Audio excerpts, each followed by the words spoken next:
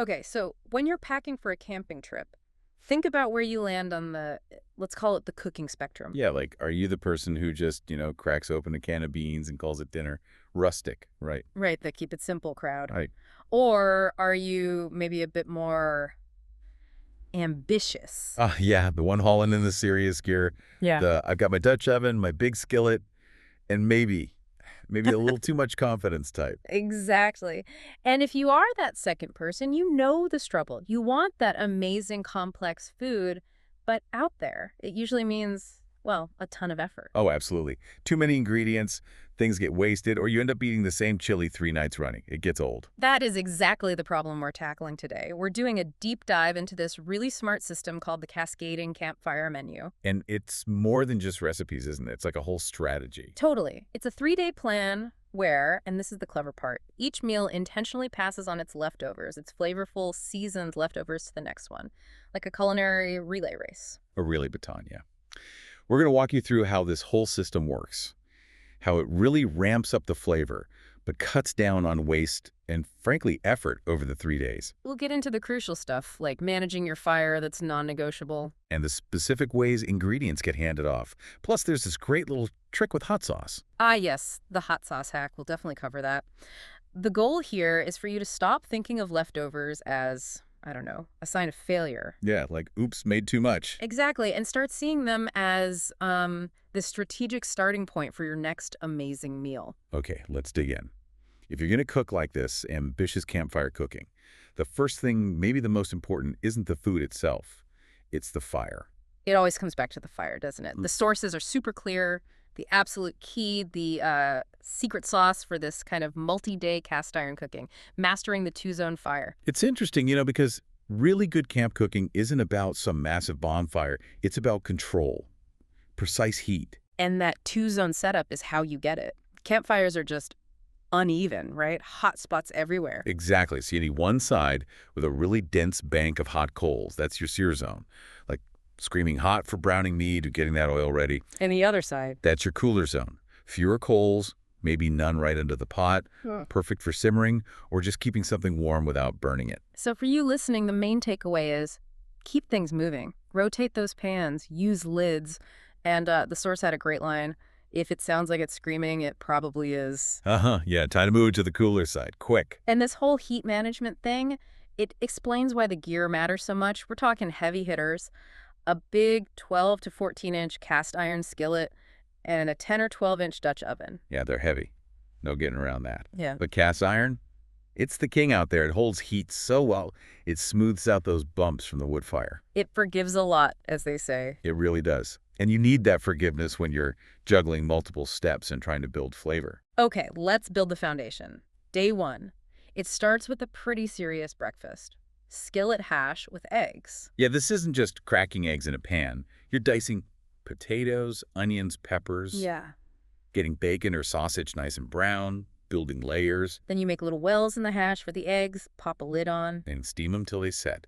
It's a killer breakfast, really satisfying. But here's the first crucial move, the first cascade, Yeah. right after you serve. You got to save some. Mhm. About 1 to 2 cups of those cooked potatoes and peppers. Already seasoned, already tender. And that's not just leftovers, that's prepping for day 2, right? Saving time and flavor. Exactly. Pre-built flavor base. Okay, day 1 dinner. The big one. Dutch oven chili. This sounds like the real workhorse of the menu. Oh, it absolutely is the backbone. Get that Dutch oven going, brown your ground beef, cook down your onions and garlic in the fat. Building flavor again. Totally. Then add your tomatoes, beans, all those spices, Mm. and you let it simmer, low and slow on that cooler side of the fire. That simmer is where the magic happens, melting everything together. Creates that seasoning matrix we talked about. And here's cascade number 2, super important. Set aside 2 big cups of that finished chili. 2 cups, got it. So you're basically banking a complex sauce. Precisely. Stops you from eating it all on day 1, sure, but mostly it's the flavor engine for 2 more meals down the line. Okay, that makes sense. You've banked the flavor. But I gotta ask, chili shows up again later. How do you stop everything from just tasting like chili? Palate fatigue. That is a great question. And that's where day 2 really shines. It's all about transformation, changing the texture, the context. So day 2 breakfast. Chili rice egg skillet. Right, they called it shakshuka's camp cousin. I can picture that eggs nestled in that red sauce. Yeah. But the key player here, the one that changes everything, is the rice. Ah, rice. Always tricky at camp. Burn bottoms, crunchy bits. What's the trick here? It's actually brilliant. Super efficient. You boil the rice hard for just 5 minutes. 5 minutes exactly. Okay. And take it straight off to heat, lid on tight, and just let it sit. 25 minutes. Don't touch it. No peeking. No peeking. Perfect scheme. You get fluffy, separate grains without babysitting the pot or wasting fuel. Nice. So then you build the skillet. Right. Get some oil hot, Yeah. crisp up some of that fresh rice. Then fold in the leftover chili, maybe those leftover potatoes from day one hash. Ah, layering again. Yep, make those little wells, drop in the eggs, lid on till the yolks are just how you like them. It's hearty, it's complex, but the crispy rice makes it feel totally different from the chili. That texture change is key. Definitely fights the fatigue. And guess what? Let me guess. Save some. You got it. Before you dig in, save 1 heaping cup of the cooked rice. That's for dinner. Okay, dinner. Day 2 wraps up with fajitas. The hot sauce finish edition. Sounds fast. It is fast, and it's built around this really smart flavor hack for a common camping problem. Which is? For getting the fresh stuff like limes, you need that acid, that brightness, especially with smoky campfire food. Right, cuts through the richness. So what's the hack if you left the limes at home? Vinegar-based hot sauce. Think Tabasco, Frank's, something like that. The vinegar gives you that necessary tang. It's like lime's shelf-stable cousin. That's brilliant. Okay, technique. How do we make these fajitas? Toss your chicken or steak strips with oil, your fajita spices, chili powder, cumin, smoked paprika, garlic powder, standard stuff, and a little bit of that hot sauce. Okay. Then get that skillet hot, like really hot, over the main coal bank. And this is crucial. Sear the meat in batches. Ah, don't crowd the pan. Why is that so important here? Because if you dump it all in, the pan cools down, the meat and veggies just steam. You get, what did the source call it? Sauna veggies. Uh-huh. Sauna veggies. Nobody wants those. Limp and gray. Exactly. You want char. So small batches, keep the heat high. Once it's all nicely seared, take it off the heat and splash on another teaspoon or 2 of the hot sauce right at the end, gives it that bright finish. Nice. Quick aside here, while you're focusing hard on batch searing and managing that intense heat, this is where something like that thermocell repeller the source mentioned could be really handy. Oh yeah, good point. Keeps the bugs away so you can actually concentrate on not making sauna veggies. Exactly. Okay, so you've made amazing fajitas. The source mentions getting a burrito wider than your palm, so clearly this is about abundance. Totally. No scarcity here. And then the 4th cascade. Save the leftovers. How much this time? About 1 to 1.5 cups of the fajita meat and veggies. That's for tomorrow's breakfast. Got it. And, since we're talking camp morale, late night munchies, popcorn, Ah, yes. Dutch oven popcorn. Essential. but easy to mess up. Burnt popcorn, half the kernels unpopped. What's the secret to getting it right over a fire? Steam. It's always about steam management with cast iron, it seems. Test a few kernels first to get the heat right. Then when you add the rest, keep the lid just slightly ajar. Ah, let the steam escape. Exactly. That keeps it crisp, not chewy.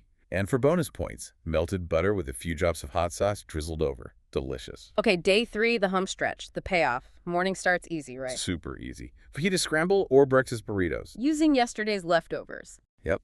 Just rewarm that fajita mix. All the work is done. Scramble some eggs nice and slow beside it. Fold it all together. Maybe add some cheese. And finish with another little dash of hot sauce for brightness. See? Day 1 effort pays off big time by day 3. Lazy but delicious. That's the goal. And the grand finale. Day 3 dinner. The cowboy stew.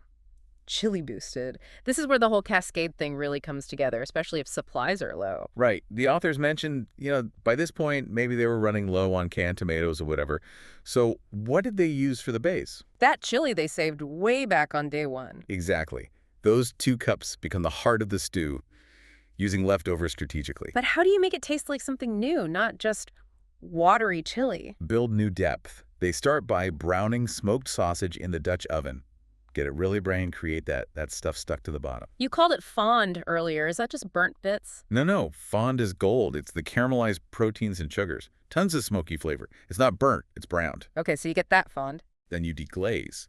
Pour in that leftover chili, maybe a bit of water, and scrape up all those brown bits from the bottom. They dissolve into the liquid. Ah, so that smoky sausage flavor infuses the whole stew. Exactly. It combines with the chili's existing seasoning matrix. Yeah. Maybe add those last few potatoes you par-cooked earlier. So the whole system works. Chili brings the base, sausage brings the smoke, hot sauce brings the brightness. You got it. It all connects. And the authors boiled it down to 4 key rules they learned. Okay, lessons learned. Lay 'em on us. 1, vent the lid. Steam control for popcorn, eggs, everything. 2, batch the sear. No sauna veggies. Right. 3. Rotate the pot. Yeah. Beat those campfire hot spots. And 4, this one's maybe surprisingly crucial for making the system work. Go on. Label your leftovers. Seriously, put masking tape on those containers. D2 breakfast is way more helpful than finding 3 tubs of mystery red stuff. Ensures the right cascade happens. That makes total sense. Okay, so the power of this whole cascading menu idea is pretty clear. Leftovers aren't waste, they're leverage. Strategic. Leads to abundance without hauling the entire pantry. And the source mentions specific gear, right? Like the Lodge cast iron being pretty central to making this work day after day. High-quality stuff matters for consistency. It does. Which kind of leads to a final thought. The whole system is about moving ingredients efficiently, pot to pot, building flavor. But the authors kind of hinted at the dark side. Cleanup. Yes. The dreaded Dutch oven scrub. They mentioned a follow-up. How to wash a Dutch oven without crying much. So here's the question maybe for you to ponder. We went all in on complexity for flavor. Heavy iron, multi-step cooking, delivered amazing food for 3 days. Right. But how critical is mastering that final step, the cleanup? Does this whole efficient, abundant system kind of depend on figuring out how to deal with those heavy, sticky pots without wanting to just leave them in the woods? Or does the complexity of the cleanup eventually undermine the efficiency of the cooking? That's a really interesting tension, isn't it? The flavor versus the follow-through. It really is. Something to think about. You know, you can find links to the gear, I mentioned the lodge stuff, that Jackery power station for light during cleanup, the thermocell right below the transcript. Definitely check those out if you're thinking of trying this. Absolutely. Give that 2-zone fire a shot. Try cascading just one meal into the next. See how it feels. Until next time, keep cooking, keep experimenting. And keep figuring out why day 3 leftovers can taste even better than day 1.